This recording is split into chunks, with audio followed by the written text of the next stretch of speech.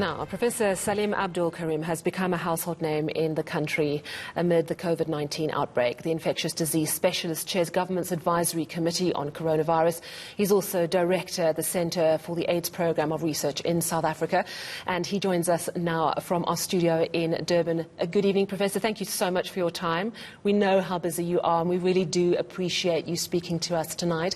I'd like to kick off with a discussion around the reopening of schools. We know that we're going to level 4.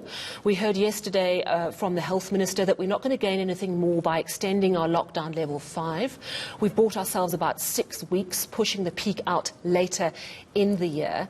Is it time for children to go back to school from the middle of next week, or are you really concerned about the reopening of schools at this time?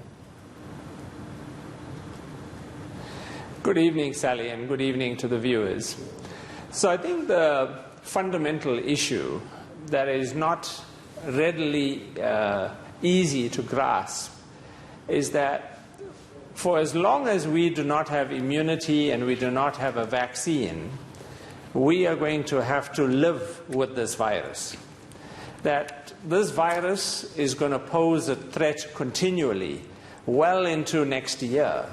So we have to find a way in which we can continue our normal lives. People go back to school, people go back to work in a systematic way that reduces the risk, and that they've got to get on with it.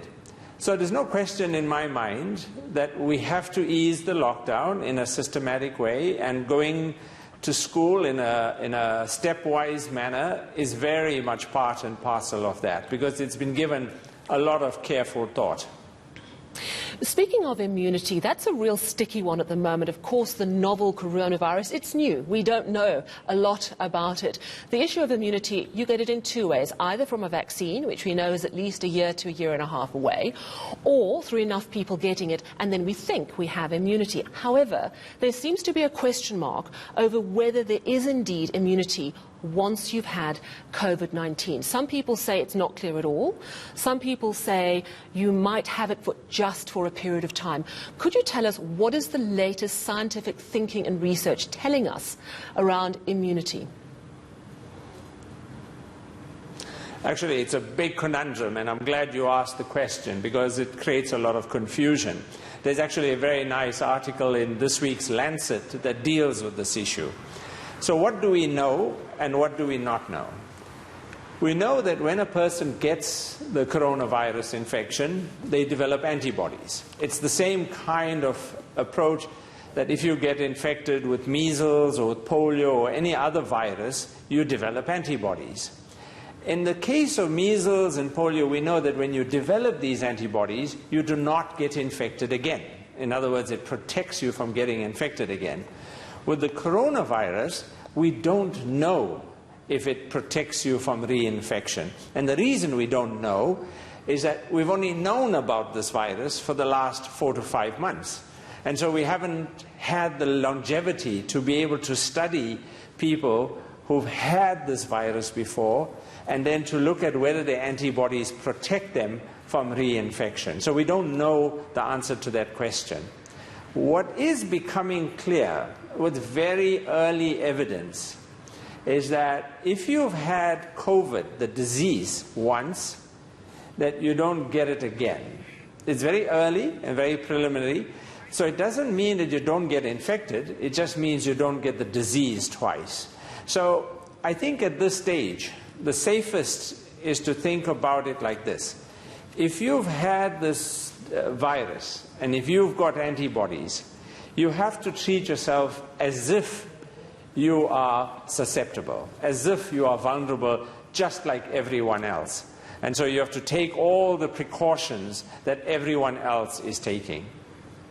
Last night we heard from the Health Minister something we've heard about a lot, but he was confirming that people who are particularly vulnerable are people over the age of 63 and those with underlying conditions, and specifically it's hypertension, which we have a massive problem in South Africa, diabetes, obesity, and obviously issues around lung disease and pre-existing lung conditions. Now, TB in South Africa, I think in 2018, it killed something like 63,000 people.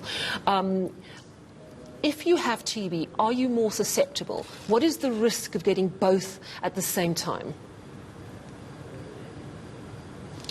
So you're quite right. The data we now see clearly emerging from both China and from the United States shows quite clearly that for those who are above the age of 70, they carry a very high risk of getting severe forms of this disease, and they have a higher death rate. Those between 60 and 70 have a raised risk. It's not as severe as those above 70, but it certainly is higher than those who are in their 50s. So we've taken the approach that if you are above 60, you should think about how you're going to reduce your risk. So age is a big factor in this, because we know that the younger you are, the less severe the disease. Separately, any individual of any age, if you have comorbidities, and the three key comorbidities are lung disease, heart disease, and immunosuppression.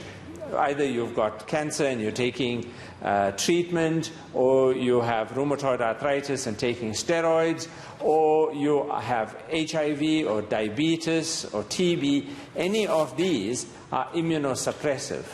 And so we know that the disease is, or we think that this disease is more severe in patients with immunosuppression. We do not have empiric evidence for TB and HIV. When we discussed this with our colleagues in China, they told us that in the entire population that they have studied, they had one patient who had HIV on antiretrovirals who had an uneventful course. So they aren't able to guide us. There isn't clinical data. So as this epidemic hits South Africa, we are going to have to collect that data, and we're going to have to assess whether patients with tuberculosis are indeed at higher risk of getting a severe form of this disease. And Thembekile, you've got a viewer question that's come through, haven't you? I do indeed. Prof, just on the issue of protecting the most vulnerable, we've got a tweet here from one of our viewers who actually wants to know on the issue of school children. We're saying the elderly would possibly have to stay indoors, isolated, until about September. And given the unknowns on this issue, is it not too great a risk to take to send children out into classrooms where there will inevitably be large numbers of people, even with social distancing? So when we think about the potential risk that we have to children, children get a very mild form of this disease. The large percentage of them will be asymptomatic or have very mild symptoms. They get a bit of diarrhea, a bit of runny nose, and we know, both from the data that we've seen in the US and in China, that children will have a mild form of the disease. There is a small death rate, much lower than we see in the elderly, but it's in that group that we have least concern about having severe form of COVID-19. So we would expect that if we follow the guidance that we and the Department of Education and others have developed, very carefully thinking through what needs to be done, we will minimize that risk. But we should expect that all of us, children, adults, all of us are at risk. And we don't know where we might get this disease. It is in the nature of this virus that we are going to see outbreaks. That is a given. That's how this disease, that's how this virus spreads. The highest risk of an outbreak is in healthcare settings, hospitals, clinics, doctors' rooms. That's because most of the patients with this disease go to the healthcare settings. So we should expect that we will see these outbreaks. It's not to be concerned about. This is how this virus spreads. As I've been saying, we have got to learn to live with this virus and its threat, and we've got to manage it.